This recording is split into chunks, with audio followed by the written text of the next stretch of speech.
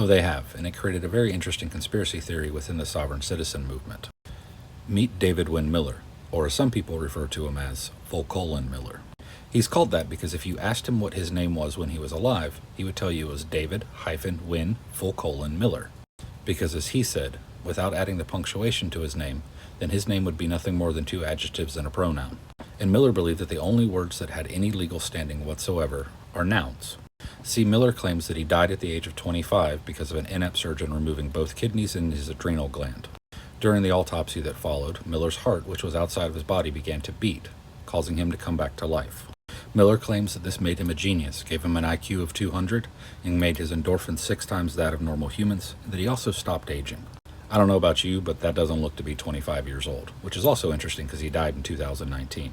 Miller states that his now 200 IQ allowed him to create a new version of the English language that is mathematically proven both forward and backwards, and that this new language is the only way to write that is considered legal within the court system. Some of the rules of his language, I'm not going to list them all, is that all sentences must have at least 13 words and no more than one verb, that punctuation added in with the middle of a sentence changes its meaning, and that nouns are the only things that have a legal standing. That's an example of Miller's new language and how it's written.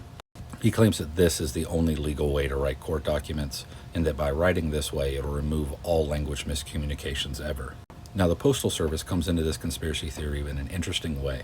Miller believed that the highest court of the land was the Universal Postal Service. He states that it was a former court during the Revolutionary War that was closed, and he now has reopened it. Of course, that makes him Postmaster General and the highest judge of the land. In Miller's view of the law, the Universal Postal Court was the highest court of the land, higher than the Supreme Court, higher than the United Nations, higher than any governing body of the world, making it the ultimate authority in all world matters.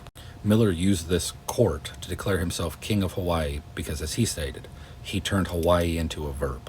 In line with the sovereign citizen movement, Miller believed that using this court in that way of writing, you could free yourself of statutory laws that you did not consent to.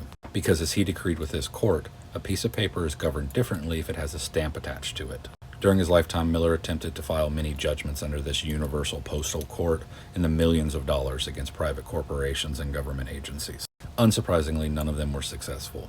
Before he died, Miller attempted to help people using his universal language and universal court system to fight things like criminal charges for child molestation. Also, unsurprisingly, none of those people got out of conviction for their crimes. Unfortunately, the conspiracy theory did not die with Miller. Now that he's passed within the sovereign citizen movement, people are contending for the title of Postmaster General or even Clerk of the Universal Postal Court. So they still hold seminars arguing that the Universal Postal Court is the highest court of the land and that we're all governed underneath maritime laws because Earth is nothing more than a ship floating through space.